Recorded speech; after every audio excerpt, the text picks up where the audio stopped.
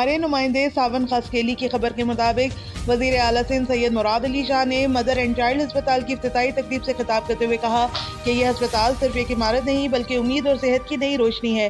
انہوں نے اسے سندھ اور جاپان کے درمیان دوستی اور تعاون کا عملی مظہر قرار دیا۔ وزیر اعلیٰ نے کہا کہ ماں اور بچے کی صحت کو سندھ حکومت نے اپنی عوامی صحت کی پالیسی کا مرکزی جز بنایا ہے۔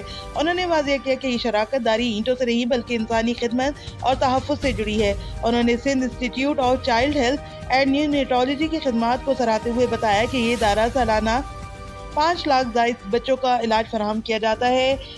SICHN میں 262 سے زائد انکیوبیٹر کے ساتھ دنیا کا بڑا سرکاری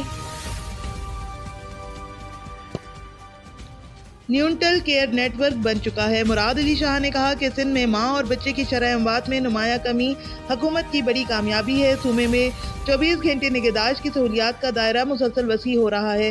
تقریب میں وزیر اعلیٰ نے شہداد پور کمبر، شہداد کوٹ سجاول اور میر پور ماتیلو میں 4 نئے سیٹلائٹ ہیلتھ کیئر سینٹرز قائم کرنے کا اعلان بھی کیا۔ انہوں نے کہا کہ جیسے شراکت دار سندھ کے صحت کے نظام کو نسلوں کے لیے مستحکم بنائیں گے۔ وزیر اعلیٰ نے جذباتی انداز میں کہا کہ بچے کی پیدائش خوف نہیں، امید کا لمحہ ہونا چاہیے۔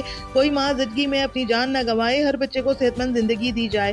انہوں نے وزیر صحت ڈاکٹر عذرا افضل پیچوہو کو صحت کے شعبے میں ان کی خدمات پر خراج تحسین بھی پیش کیا۔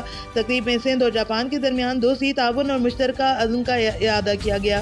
وزیر اعلیٰ نے جامشورہ ہسپتال کو بین الاقوامی تعاون کا کامیاب نمونہ قرار دیا۔